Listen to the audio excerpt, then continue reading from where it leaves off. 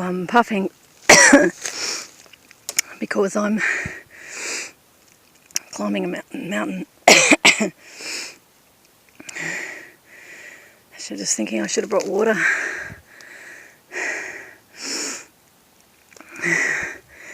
I'm having realizations while I'm up here.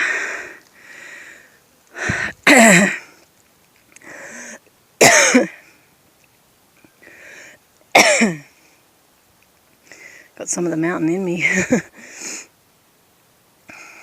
For those who don't know about me, I'm a peace clown and a peace educator, and it's a calling. It's not what I do, it's who I am. I work on peace every day of my life because I consider it the only thing worth focusing on in this world. I'm just climbing a rock here, you can see my foot. See? I got very good balance. Thank God I've been athletic all my life. I can move my legs like a 30-year-old. I've still got the same physique, you know, and that's because I've kept myself young, mentally young. I'm not a rigid mentality. I'm very flexible in my mind and in my heart and in my body. And all things are interconnected. You know, if you become rigid in life, your body will reflect it. This feels like a sabbatical I'm on here. I'm in a very amazing wilderness area and I'm learning from nature. You know, none of it's disconnected from the hurricanes in the United States or the earthquakes we've seen in Nepal and the flooding in Asia. You know, the melting of the Greenland permafrost. It's all connected to us. It's also connected to cosmic events. We are in a solar system that's moving, and from what I'm understanding, it's actually literally moving. That was interesting. An explosion. Oh, it could be construction.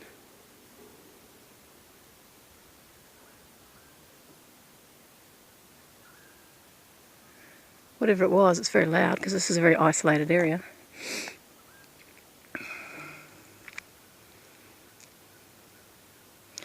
So what I was saying was everything's connected to us and to cosmic events. From what I'm understanding, the solar system's moving, and that means the sun is moving.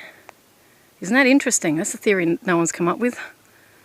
Well, let's just say I have some interesting sources and I can't tell you it's true or not because I don't know. I only can go with my resonance on things that make sense to me. Solar flare activity.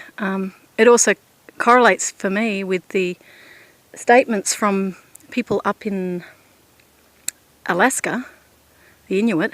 I think it's Inuit. Actually, it might be even further north than Alaska. These are tribal people. I can't quite recall the name of them, but what they said is that the sun had moved. You know, they've been on the land for, you know, generations. And they said the sun had moved. Now, obviously the sun is it's moving as part of a solar system around other systems. We are on the furthest arm in the Milky Way galaxy. And we're one of a series of planets who are cycling around the sun, and we have a moon that cycles around us, which gives us the gravitational pull, currents. Electromagnetic field comes from the sun, and the magnetic core in the center of the earth. Physics, the law of nature.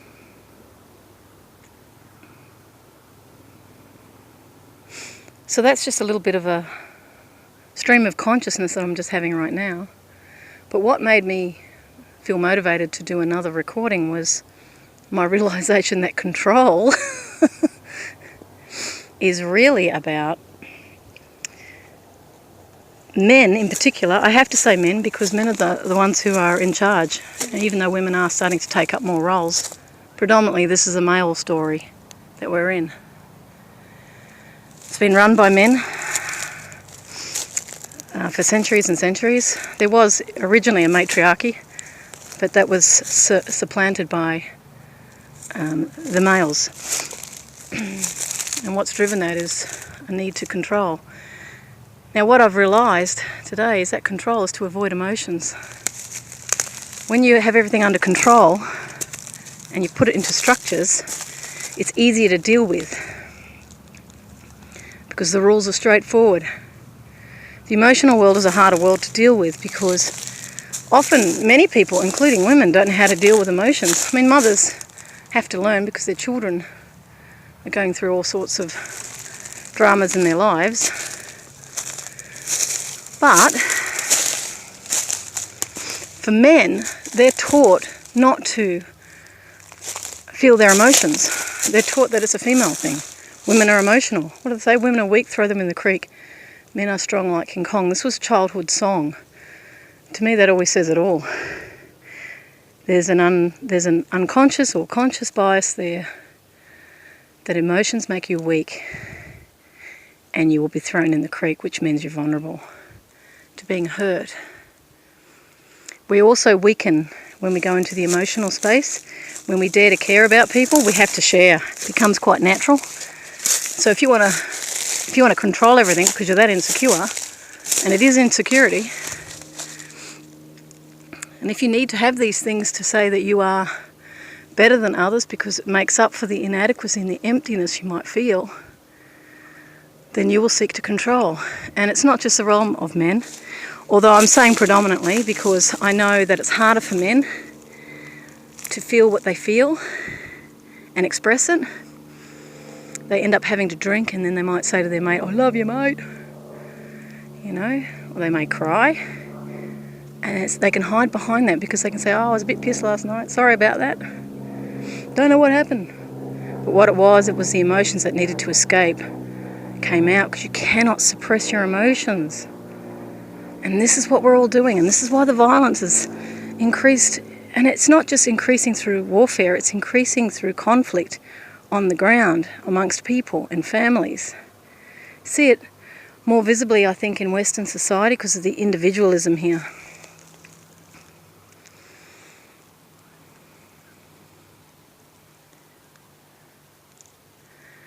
So it's a fear of the feminine in a sense too. Because females are very revealing, I guess, you know, when we can come out and we can speak very confidently and very fast. And for a man, it probably does his head in. Because he doesn't know quite how to react or respond to that. Because he thinks differently. He might think slower and it might make him look like a fool, which he doesn't want. Men also feel to differentiate because women are physically weaker. They like to feel they can protect, and it is an instinct in men to protect. And it's a very beautiful instinct. It's lovely to be protected. But it's not to disempower women to the point where, you know, they don't take responsibility for their own life, nor do they give up their power in exchange for someone protecting them. See, this is all about power. All these issues we're having, it's just people reaching for power because they don't feel they've got power. And I feel for men a lot because I feel their fathers didn't show them enough love. You know, the fathers are in their heads a lot. And that's why men are more controllable in truth, because they have disengaged from the heart more. Not all men, so please understand this is not a putting down of males, by the way, not at all.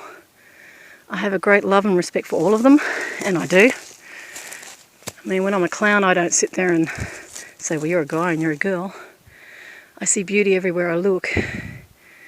And the beautiful thing when I'm a clown is I see the true men, because they might hug me or they might dance with me. I've had a bikie dance with me. Always loved that memory. I was clowning in Perth, in Fremantle. Took out some girls who wanted to be clowns for the day. And I remember I was juggling on this table, and I decided to make out I was like a bird, trying to fly off it. And anyway, I jumped and I fell over. Totally unexpected. Everyone probably thought it was part of being a silly clown, but I actually am a silly clown. Do a lot of stupid things. And people think it's all deliberate. No. So I fell over, landed on my back, and I just lay on my back, started hitchhiking. And I was watching the people coming past me both ways, So you can imagine a busy pathway, heaps of people. This is loads of tourists here. And the silly clown is lying on her back, hitching a ride. So I've got my thumb up. And this guy, he just swoops in, he's a bikie, and he picked me up and we started dancing. And I'll tell you, those are the moments I love. When you escape the conformity of all this craziness. When you take off, the weight of conformity and you just play. And that's exactly what happened. It was wonderful. It was a really great moment. So that's why I'm just saying that I've clowned with men too, and I've had a real ball with them. Some of them are very, very funny. Patch Adams was great, very compassionate man. I always remember him picking up this little girl in a Russian orphanage. And he had earplugs and she couldn't speak and she couldn't hear. So she would be what they call deaf and dumb, but I think there's another term for it now. Anyway, I've got images of her, I think on my website or on, certainly I'm sure I filmed it. Anyway, this really sweet, innocent girl, she was only about 4 or 5. She was on his lap and he was showing her his earplugs, and she was just fascinated. And then what he did is he pulled out a balloon and he blew it up, and what he did is he let a little bit of air escape and it made her fringe puff. She's got her mouth hanging open because she's fascinated, and this lovely clown is showing her an experience. I'm just climbing as I'm talking. I'm curious about this mountain. Bloody big. Woohoo. These look, I'm interrupting my story for a sec. They're very sharp. Anyway, so I saw him do that, and what he does, he picks up the child that's the loneliness. Now what catalysed this for Patch was he found himself in a mental institution. This is before he became a doctor.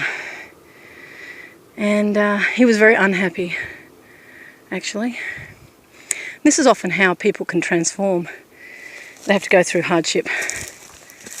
So Patch, he saw all these really unhappy people in the mental institution, and he must have had some sort of peak experience. He's had some experience which has shifted him. And then he went and studied to become a doctor, and they said he was brilliant. He had 99% in his marks. Very smart guy. And he said he used to watch the female nurses with the patients and with the family. And he said they showed compassion. And he noticed the male doctors were unable to go there emotionally. And that's when he realised that healing was actually an emotional reality. When people connect with their feeling world, they'll heal a lot faster. That's why in hospitals, everyone gets so caught up in schedules and they overwork those poor nurses. Because there's a lot of bullying in hospitals now too. I've got a friend who's a nurse and she's just been telling me all about it. And it's because women in that particular, if they've been in the nursing for a long time and they've lost the connection to the patient, they then get caught up in all the paperwork and they lose their connection to the feeling heart and they become unhappy. And they don't feel any real sense of, achievement in their work. Disconnect from the patients a bit. But in truth, it's the reconnection through emotions that makes all the difference in this world.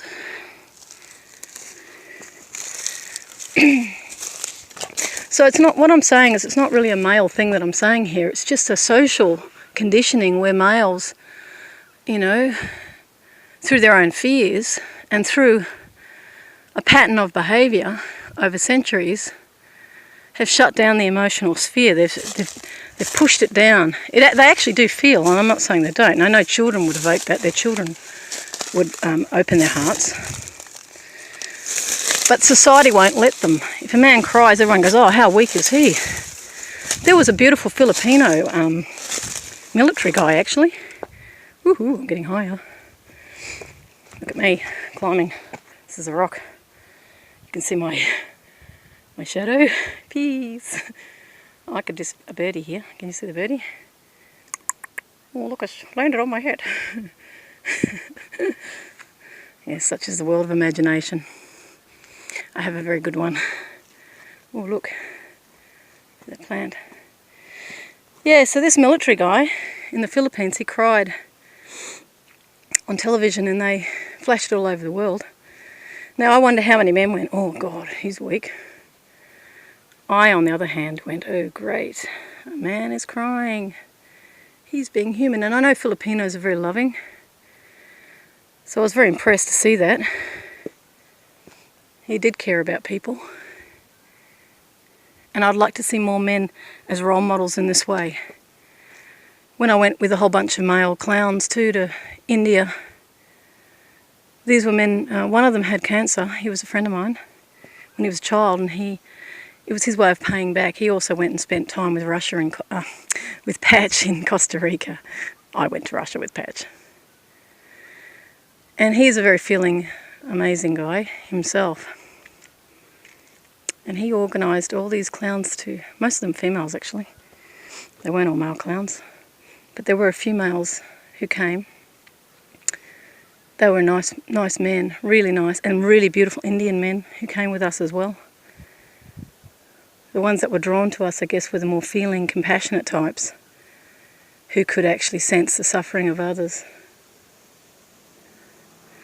It was a wonderful experience. I can't think of any moments in my life that have been more joyful than hugging everyone and loving them unconditionally. There's nothing more beautiful for me.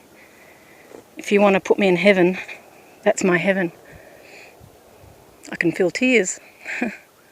It really is. It's just loving everyone. Because I think our world is crying out for it. I think people are really suffering a lot. You know, I've had a fortunate life and I've travelled a lot. I've had a lot of experiences. I've been an economist and market analyst and journalist. I've been a temp. I've worked in 400 companies. Got to work in foundries. I worked in a satellite children's channel. I've worked in the media. I've worked in hospitals. I've worked for doctors, lawyers, insurance companies, advertisers, banks. Worked for transport companies, telecommunications. Just reflecting back. I've had a most amazing... I've worked even at a submarine base. It was 1,000 men. Oh, could have my pick. And there's me clip-clopping through the hangar. I'll never forget that. But they were making submarines in Sydney. And I worked for a record company. And that was when, years ago, when Eddie Murphy came out with that movie Beverly Hills Cop. Remember that? Well, I was at the pre-viewing of that movie before it was released. And that was fun. You know, and I got to look at office life and I saw how the males had it set up. You know, I was the secretary. You know, I used to do the jobs that were the least attractive.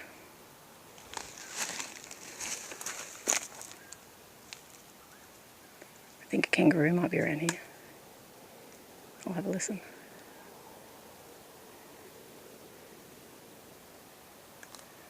I hope so, not a dingo. Well, I guess you capture it on film, won't I? Might be time to go back down. Scaring myself now. It's nothing like fearlessness. Ooh, run! If in doubt. Nothing like exploring nature. As long as it doesn't bite. Anyway. So. Had a lot of experiences. And I guess is why I didn't have children. It's meant to have experiences. I'm starting to have a real interest in kids though, but it's predominantly because of the future they're facing.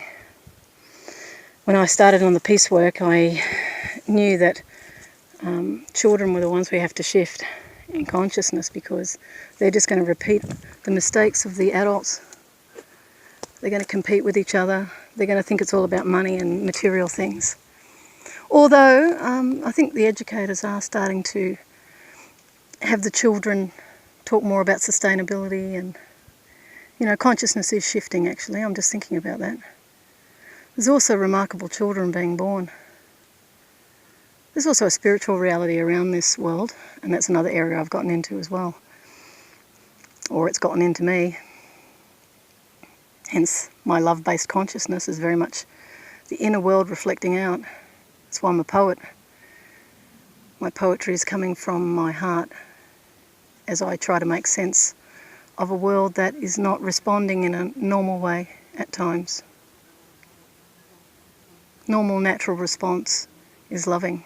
When people are not loving, they're caught up in fear. They're afraid to reveal themselves. We've created a morality too around everything through religious perspectives. And of course I honour and respect all religions, but I would just simply say that when we love, and that becomes our predominant religion, you won't need a code of ethics or morality around it, because love will just naturally move people to care about others. And then we're not competing. If my religion is love and your religion is love, well then you can't be excluded. And even if you don't love me, I'm still going to love you anyway. I don't really care about that. I'm not here to receive it from you, I'm here to give it. I'm here to be it. And that's why I live on my own. Because I'm teaching myself that true love is being who you are. That's the highest love you can give to yourself, actually. So, peace on this planet will really come when we connect back to our true nature. When we recognise we're one with all of it. And when what we see in someone else is a reflection of ourselves, if we don't sit with whatever discomfort comes up and dissolve it, we will project it onto the other and we will call them wrong. We will blame them for our suffering. In this unity type of consciousness, there are no victors and there's no victims. It's an experience that one is having. We're all clashing it up. Some are being negative, some are being positive. But ultimately we're all on this journey of self-discovery. We learn by what hurts and what doesn't, and importantly what works and what doesn't. So whomever is coming into your reality, your life, they are a teacher of sorts, or some might call them messengers.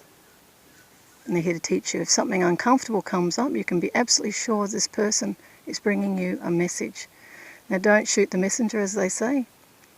Look at what the message is that's causing the discomfort within you. Go into yourself and sit with it. Meditate, become still.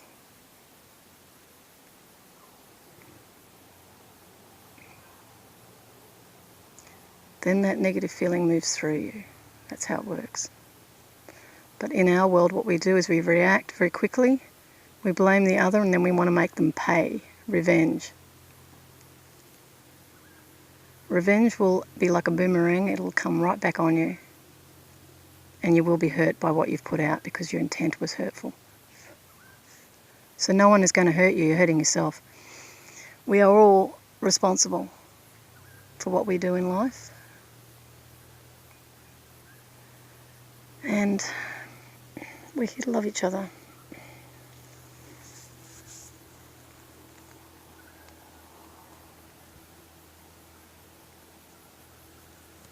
So I'll turn around and say hello.